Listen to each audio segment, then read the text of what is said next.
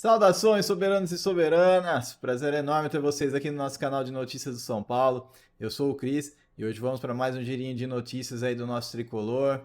Preparação aí, o último vídeo antes do confronto na Copa do Brasil contra o Atlético Paranaense, pelas oitavas de final da Copa do Brasil.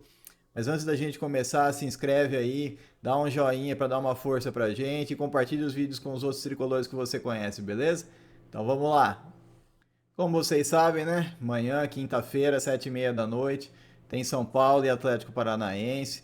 Vamos começar aí a disputa das oitavas de final da Copa do Brasil. E o São Paulo já tá perto dos 30 mil ingressos vendidos já. Então, provavelmente vamos ter um bom público lá no Morumbis. O jogo vai passar apenas na Amazon Prime. Não vai passar em Premiere, não vai passar em lugar nenhum a não ser no Amazon Prime.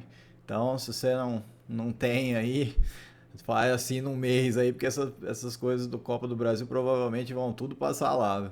A expectativa pro jogo é boa, apesar de eu achar que o Atlético Paranaense vai bem fechado para esse jogo, ou seja, vai ser aquele jogo difícil, aquele jogo que vai ficar batendo, batendo, batendo até conseguir achar uma chance lá. O São Paulo não pode perder a paciência, mas tô confiante, acho que a gente ganha de 2-0 esse jogo e vai levar um resultado tranquilo lá pro jogo de volta, né? Pelo menos eu espero.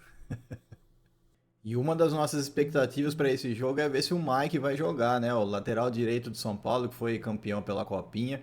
Ele pode estrear aí no time titular, aí no time profissional do Hernan Crespo, nesse jogo contra o Atlético Paranaense. Mas por quê? Porque o Cédric tá morto. A verdade é essa, o Cédric tá muito cansado e vai acabar estourando, já não é nenhum menino. Então é importante que o Crespo faça esse revezamento. E para ele não fazer uma improvisação, digamos assim, o certo seria usar o Mike, né? Não é tão simples assim, porque o Mike está voltando de lesão. Então, fazem poucos dias que o Hernan Crespo falou que ele estava treinando sem dores, faziam 3 ou 4 dias.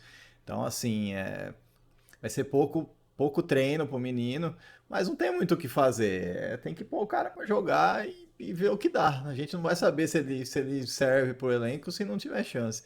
E corroborando isso que a gente tá falando, o Alan Barcelos, que era o técnico dele lá na categoria de base, falou que ele tá pronto numa entrevista que ele deu aí. As palavras dele foram essas aqui, ó. Hoje o Mike, na minha opinião, está pronto. Mike te entrega agressividade, te entrega duelos, sabe muito bem duelar nos espaços de força, defende muito bem, tem chegadas ao ataque e se precisar armar por dentro, vai armar. Tem uma coisa que é a maturidade de jogo do profissional, que só o departamento profissional vai entregar para ele. Mas em conteúdo e performance de jogo na base, ele já superou, ele está pronto. Então o Arlan Barcelos ele corrobora o que a gente acha também. Tem que pôr o rapaz para jogar e ver como é que ele se sai. Não tem outra alternativa, né? Vamos torcer aí pro Mike tá sem dores já, tá treinando bem e o Crespo sentir uma firmeza aí pra, de repente, mesmo que não comece jogando, mas põe o Cédric, que depois troca no intervalo, ou o contrário, põe o menino começar a jogar, ver como que vai ser, como que o jogo, porque eu não acho que o São Paulo vai precisar muito defensivamente nesse jogo. Eu acho que o Atlético Paranaense vai ficar fechadão mesmo. Eu não acho que eles vão vir pro Morumbi para jogar o jogo não de peito aberto. Eu acho que eles vão se dar uma retrancada e tentar levar um empate para casa. Seria o óbvio, né? Deixa aí pra gente também o seu palpite, quanto você acha que vai ser o placar do jogo aí? E uma notícia exclusiva aí do blog do São Paulo, né? Que o Alexandre Zanqueta trouxe à tona aí. Muita gente achava que o Evangelos Marinax tinha perdido o interesse em investir na base do São Paulo, né? Que surgiram lá umas conversas que ele estava conversando com o Textor e tal. E o Alexandre trouxe isso, que o Marinax e o Textor já têm negócio juntos faz muito tempo, mas que nada tinha mudado na intenção do grego, né? De aportar grana aqui na base do São Paulo para transformar a base do São Paulo num polo de formação da América do Sul, né? É um dos grandes polos do mundo, na verdade. E segundo o Alexandre Zanqueta, essas conversas avançaram. Ele trouxe também que mudou, né? A gente até falou aqui que mudou o esquema que ia ser. Antes ia ser só um aporte do Evangelos todo ano, né? para ser usado na base e em outras coisas que o São Paulo achasse relevante. E aí, na hora que vendesse os jogadores, o Evangelos teria uma porcentagem nessa venda. Mas mudou, vai ser feito um fundo, inclusive com uma terceira empresa que o Alexandre Zanqueta diz que ainda não pode liberar o nome, né? Que ainda não foi autorizado a liberar o nome pelo pessoal de São Paulo. Mas então seria um fundo que essa terceira empresa vai gerir, e aí o pessoal vai depositar, digamos assim, uma grana no fundo, e inclusive o Evangelo Marinax vai ter a prioridade de investir mais nesse fundo aí que vai ser criado. E aí esse dinheiro o São Paulo vai poder utilizar no que quiser, mas principalmente para contratar jogadores top de base, já na grana mesmo, não mais ficar dependendo daquelas, te deixo 30%, me passa o jogador, só com o nome do São Paulo, entendeu? Vai lá com a bala, com o dinheiro na mão para comprar o jogador 100%, e aí depois na venda, né, ele vai ser dividido aí no fundo, conforme o aporte dessas empresas. Vamos supor que o Evangelos coloca 70% do valor, essa terceira empresa mais 20, entendeu? Mais 10 de uma outra. Então, na venda vai ser dividido a porcentagem proporcional para cada um. Além do São Paulo, né? Que está com toda a estrutura, todo o nome, enfim, os profissionais. Isso aí é o que o São Paulo já tem o know-how para trabalhar. Então, assim, a gente sinceramente não vejo a hora que isso aconteça, porque só assim para o São Paulo desafogar um pouco, assim, de imediato. A gente tá aí passando vergonha no mercado, a verdade é essa. A gente não colocou R$ 1 no mercado para trazer jogadores, estamos pior que Sport, Juventude, times assim da rabeira do Brasileirão, para você ter uma ideia. A gente tá atrás porque a gente não colocou R$ 1 para trazer jogador. E às vezes tem uns jogadores legais que o valor nem é tão absurdo e a gente simplesmente não tem o dinheiro para trazer o jogador. Tá aí o Juan Tressoldi, que poderia ter ficado aqui. E o São Paulo não quis se comprometer com a grana para comprar ele no futuro porque não tem de onde tirar, entendeu? Então, ou era Marcos Antônio ou Juan Tressoldi. Eu acho que a diretoria nessa situação escolheu bem. Mas o ideal seria ter ficado com os dois, né? Tá aí agora o São Paulo em busca de um zagueiro no mercado porque falta jogador. A verdade é essa, falta jogador. E o Juan Tressoldi já tá praticamente voltando já a treinar. Muita gente achou que ele ia ficar fora bastante tempo aí, mas ele já tá voltando a treinar. Então, assim, cara, eu espero muito que o Marinax invista logo, se já deu ok, traga logo o dinheiro pro São Paulo. Aí o São Paulo automaticamente deixa de aportar esse dinheiro na base e vai ter dinheiro para poder pelo menos dar uma melhorada aí nas contratações, né?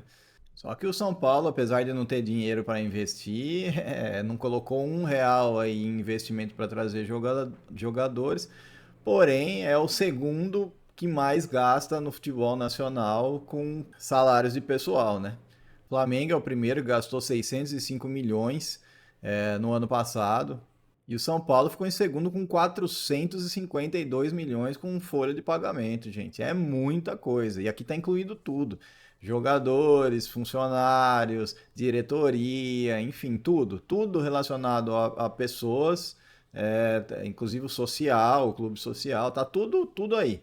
Então, assim, cara, não adianta nada. A gente não coloca R$ 1 para trazer jogador, mas é o segundo maior gasto do Brasil na parte de futebol em folha de pessoal, gente. O São Paulo precisa enxugar isso aí, cara. É complicado. A gente não vai, a gente vai ficar patinando e não consegue sair do lugar. Como é que a gente pode gastar mais que o Palmeiras, por exemplo? O Palmeiras arrecada mais. Hoje a gente não pode gastar mais do que eles. É lógico. A gente tá gastando mais que Corinthians, mais que Palmeiras, gente. Diretoria precisa pôr a mão na consciência aí, precisa fazer cortes nessa folha, gente. Não adianta só, né, não gastar para trazer o jogador e depois ter a segunda maior folha salarial do país, cara. É muito complicado. A situação do São Paulo não é fácil, gente. Não é. Fica difícil de sair dessas dívidas gastando praticamente mais do que arrecada. Não é mais, né? O São Paulo arrecadou 700 pau, ela vai pedrada o ano passado. Só que tem todos os outros custos, entendeu? Não é só pessoal. Então, São Paulo precisa dar um jeito de rever isso aí, precisa diminuir o número de funcionários, vai ter que contratar jogadores que ganham menos, sei lá, cara, o São Paulo tem que dar um jeito de enxugar essa folha. A gente não tá em segundo lugar no Campeonato Brasileiro, a gente não tá ganhando tudo, a gente não pode ter a segunda maior folha salarial do Brasil. Tá completamente desproporcional isso porque a gente apresenta em campo. E ainda falando nessa parte financeira aí, segundo um levantamento do blog do São Paulo, o São Paulo já vendeu cerca de 170 milhões de reais em jogadores esse ano, com todas as participações de jogadores que o São Paulo tem, ou alguma porcentagem, ou tem aquela porcentagem do mecanismo de solidariedade do clube formador, enfim, tudo que é relacionado ao São Paulo já bateu praticamente aí 170 milhões. Vamos ver se agora para de vender jogador, né? São Paulo precisa contratar, não vender. Só que a situação é o que eu falei, né? Gastando do jeito que está gastando com salário, com outras coisas, a gente patina e não sai do lugar. É uma pena. E aí só aí duas rapidinhas para a gente terminar, né? São Paulo fechou o contrato com o goleiro Carlos Ferreira, né? O contrato profissional. Ele é um jogador de 17 anos que está na base do São Paulo. Fechou o vínculo até 2028 com multa de quase 370 milhões de reais para o pessoal de fora, né? Do pessoal de dentro, vocês sabem que tem relação com o salário do jogador. O jogador está aqui no São Paulo desde 2022 e é muito promissor no gol. Inclusive o Zete aí gosta bastante dele. Nossa, tomara que renda aí 50% do que o Zete rendeu, eu já tava feliz já, né? Só pra tirar o Jandrei de lá já tava bom. É que a gente tem bastante goleiros, né? O que a gente não consegue é espaço para que eles subam, né? Isso é muito complicado. E tem mais uma promessa de Cotia, né? Que também fez o seu contrato como profissional, vai renovar, né? E a multa dele vai ser a base de 390 milhões. Então, assim, o São Paulo, pelo menos nessa parte, está se precavendo de perder os jogadores novos, né? O jogador é o atacante Gustavo Miranda, de 18 anos, que é visto como uma promessa do time. É um destaque recente lá do time lá de Cotia, né? Vai ficar também até o final de 2028. E o empresário dele é o Fábio Simplício, que é agente, né, de jogadores agora. Então é o Fábio Simplício que cuida da carreira desse jogador. Ele teve uma lesão, né, no início da temporada, ele estava lá na Copinha, né, nesse começo de ano. Ele voltou recentemente e está voltando a entrar nos jogos, né, para recuperar a posição dele. Ele foi muito bem no ano passado, né? Ele fez bastante gols, ele fez acho que foram 23 ou 24 gols em 30 e poucas partidas, ele foi bem consistente. Enfim, provavelmente o Gustavo Miranda é um jogador aí que a gente vai ouvir falar e acho que não vai demorar muito não no time profissional de São Paulo. O vídeo de hoje foi esse, então, pessoal. Amanhã a gente volta com o pós-jogo do São Paulo e Atlético Paranaense pela Copa do Brasil. Esperamos que a gente acerte o resultado, que seja pelo menos 2-0 pra gente. Muito obrigado pela audiência, o pessoal que tem aí, tá se inscrevendo no canal. Obrigado mesmo de coração. Um abraço, fique com Deus, até a próxima e vamos São Paulo!